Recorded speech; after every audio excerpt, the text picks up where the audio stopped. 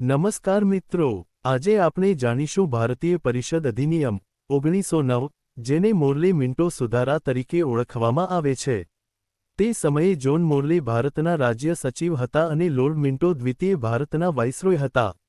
1 October 1906ના રોજ આગાખાનના નેતૃત્વમાં શિમલા પ્રતિનિધિમંડળે મુસ્લિમો માટે અલગ મતદાર મંડળની માંગણી કરી હતી.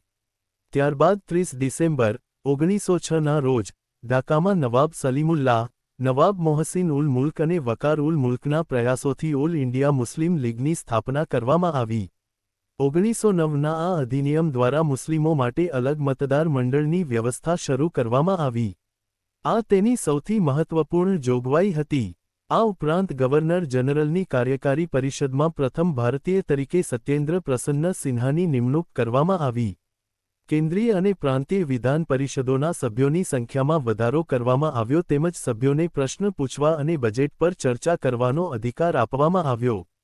પરંતુ અલગ મતદાર મંડળની વ્યવસ્થાએ સાંપ્રદાયિક રાજકારણને પ્રોત્સાહન આપ્યું અને બ્રિટિશોની ફૂટ પાડો અને શાસન કરો નીતિને વધુ મજબૂત બનાવી.